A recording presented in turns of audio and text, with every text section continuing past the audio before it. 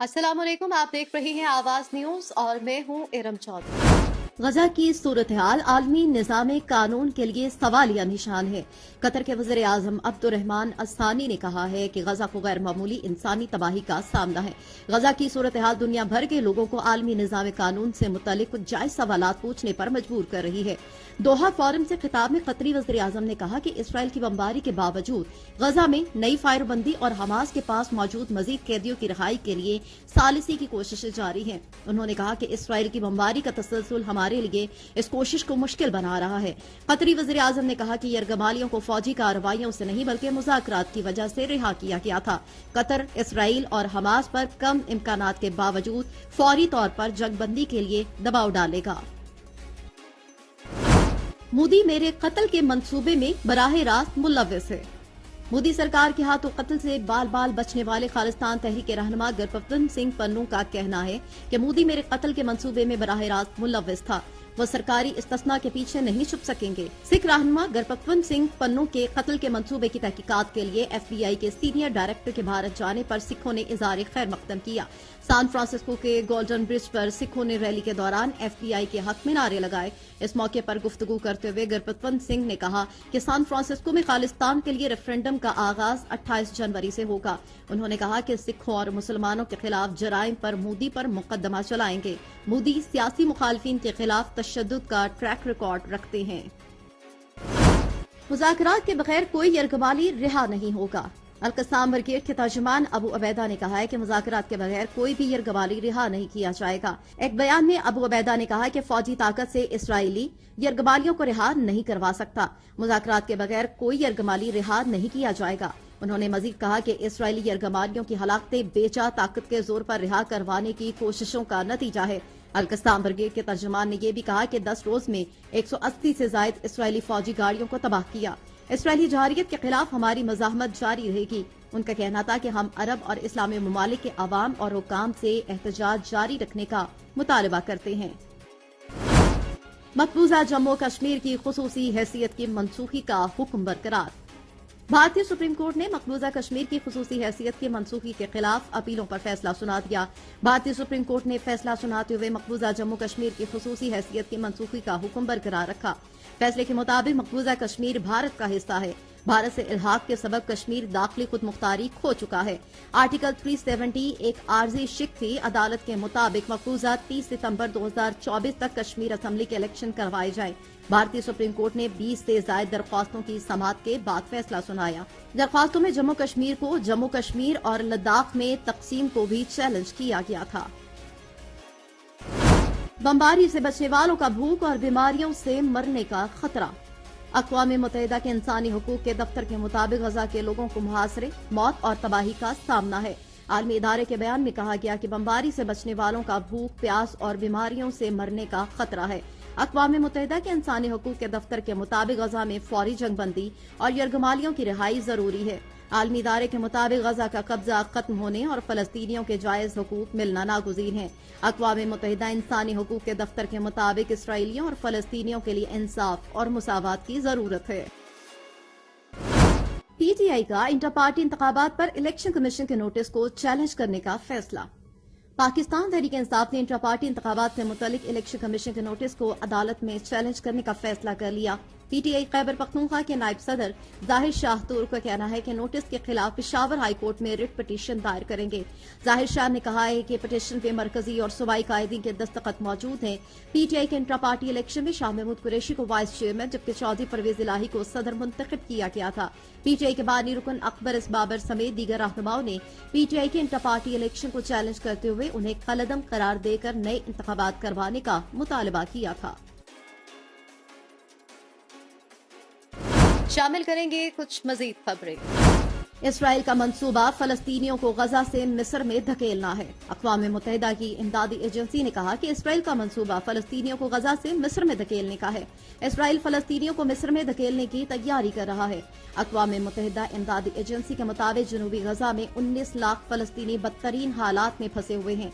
Israel के फलस्तीनियों को मिस्र में धकेलने की कोशिशें जारी हैं। गजा की सूरत हाल हर मिनट में अबतर हो रही है। अक़वाम मुत्तहिदा इमदादी एजेंसी ने कहा कि यही सूरत हाल रही तो ये दूसरा नुक्ता ہوگا۔ غزہ فلسطینیوں کی سرزمین نہیں رہے گی۔ اسرائیلی فوج کی شمالی غزہ میں تباہی اس منصوبے کا پہلا قدم تھا۔ اقوام متحدہ کی امدادی ایجنسی کے مطابق جنوبی غزہ سے فلسطینیوں کو انخلا کی دھمکی اس منصوبے کا اگلا قدم ہے۔ اسرائیل فلسطینیوں کو بدترین نسل کشی کا نشانہ بنا رہا ہے۔ صدر مملکت ڈاکٹر عارف الوی نے انسانی حقوق کے عالمی دن پر جاری اپنے پیغام میں کہا کہ اسرائیل فلسطینیوں کو بدترین نسل کشی کا نشانہ بنا رہا ہے۔ کہا کہ فلسطینیوں پر ریاستی دہشت گردی پر عالمی برادری کا کردار مایوس کن ہے۔ صدر مملکت کا کہنا تھا کہ فلسطین کے عوام کو ان کے حقوق سے محروم رکھا جا رہا ہے۔ عارف الوی نے کہا کہ مقبوضہ کشمیر میں انسانی حقوق کی سنگین خلاف ورزیاں عالمی توجہ کی منتظر ہیں۔ ان کا یہ بھی کہنا تھا کہ بھارت مقبوضہ کشمیر میں انسانی حقوق کی کھلی خلاف ورزیاں کر رہا ہے۔ عالمی برادری کشمیریوں پر مظالم کے خلاف بھارت کو جواب دہ ٹھہرائے۔ تاحیات نااہلی معاملہ 5 رکنی بینچ کی تشکیل کے لیے ججز کمیٹی کو ریفر۔ سپریم کورٹ نے ماضی میں نااہل قرار دیے گئے سیاسی رہنما کے خلاف مقدمے کی سماعت کے دوران تاحیات نااہلی کا معاملہ 5 رکنی بینچ کی تشکیل کے لیے ججز کمیٹی کو بھیج دیا۔ سپریم کورٹ میں میر بادشاہ کیسرانی کی نااہلی کے کیس پر سماعت کے دوران تاحیات نااہلی سے متعلق پاناما کیس اور الیکشن ایکٹ میں ترامیم بھی زیر بحث آئیں۔ چیف جسٹس قاضی فائز عیسیٰ نے استفسار کیا کہ میر بادشاہ کیسرانی کو نااہل کیوں کیا گیا۔ درخواست گزار کے وکیل ثاقب جلالی نے جواب دیا کہ میر بادشاہ کیسرانی کو جعلی ڈگری کی بنیاد پر 2007 میں نااہل کیا گیا تھا، لیکن ہائی کورٹ نے 2018 کے انتخابات لڑنے کی اجازت دے دی تھی۔ عدالت نے اپنے ریمارکس میں کہا کہ مقدمے کی سماعت جنوری 2028 میں عام انتخابات سے پہلے ہوگی۔ اس مقدمے کو انتخابات میں تاخیر کی وجہ نہیں بنایا جائے گا۔ نگران وزیر اعظم کے خوددار میں دھماکے کی مذمت، شہید کے اہل خانہ سے اظہار تعزیت۔ نگران وزیر اعظم انوار الحق کاکڑ نے بلوچستان کے ضلع خوددار میں دھماکے کی مذمت کرتے ہوئے شہداء کے اہل خانہ سے اظہار تعزیت کرتے ہوئے ان کے بلند درجات کے لیے دعا کی۔ نگران وزیر اعظم نے دھماکے میں زخمی ہونے والوں کی ہر ممکن طبی امداد کی ہدایت بھی کی۔ نگران وزیر اعظم نے کہا کہ بزدلانہ کارروائیوں سے سیکیورٹی فورسز کے حوصلے پست نہیں کیے جا سکتے۔ کہا کہ پوری قوم دہشت گردی کے خلاف جنگ میں جانیں قربان کرنے والے شہداء کو سلام پیش کرتی ہے۔ بانی پی ٹی آئی کی 3، شاہ محمود قریشی کی 2 مقدمات میں ضمانتیں منظور۔ اسلام آباد کے انسداد دہشت گردی کی عدالت نے عمران خان کی 3 اور شاہ محمود قریشی کی 2 مقدمات میں ضمانت کی درخواستیں منظور کر لیں۔ اے ٹی سی جج ابو الحسناء ذوالقرنین نے عمران خان اور شاہ محمود قریشی کی ضمانتیں 30-30 ہزار روپے کے مچلقوں کے عوض منظور کی۔ دوران سماعت جج نے کہا کہ شاہ محمود قریشی اور عمران خان کی ضمانتیں منظور کی جاتی ہیں۔ پروسیکیوٹر راجہ نوید نے عدالت میں کہا کہ پی ٹی آئی رہنماؤں کو غیر ضروری نرمی دی جا رہی ہے۔ انہوں نے عدالت سے استدعا کی کہ شاہ محمود قریشی اور عمران خان کی ضمانتیں خارج کی جائیں۔ جج نے پروسیکیوٹر سے استفسار کیا کہ شاہ محمود قریشی اور عمران خان موقع پر تو موجود نہیں تھے۔ جج ابو الحسناء ذوالقرنین نے کہا کہ اگر دیگر شریک ملزمان کی ضمانتیں کنفرم ہو چکی ہیں تو ان کی کیوں نہ کریں۔ دھند کے باعث موٹر ویز M5 اور M4 ٹریفک کے لیے بند۔ دھند کی وجہ سے موٹر وے M5 ملتان سے گوٹکی تک اور موٹر وے M4 ملتان سے خانے وال تک بند کر دی گئی۔ سندھ اور پنجاب کے متعدد علاقے دھند کی لپیٹ میں ہیں۔ لاہور میں فضائی آلودگی کے خاتمے کے لیے شہر کی سڑکوں کی صفائی کی گئی۔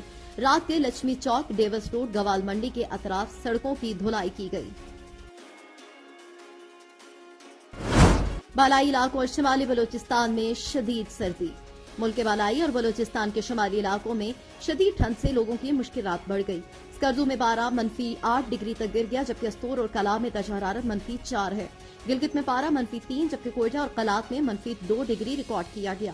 درجہ حرارت میں کمی کے بعد پنجاب اور خیبر پختونخوا کے مختلف علاقوں میں دھند نے ڈیرے ڈال لیے۔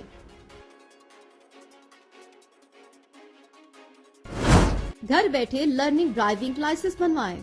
نگران وزیر اعلیٰ پنجاب محسن نقوی نے online learning driving licence app کا افتتاح کر دیا۔ اس موقع پر گفتگو کرتے ہوئے محسن نقوی نے کہا کہ اب شہری گھر بیٹھے لرننگ ڈرائیونگ لائسنس بنوا سکیں گے۔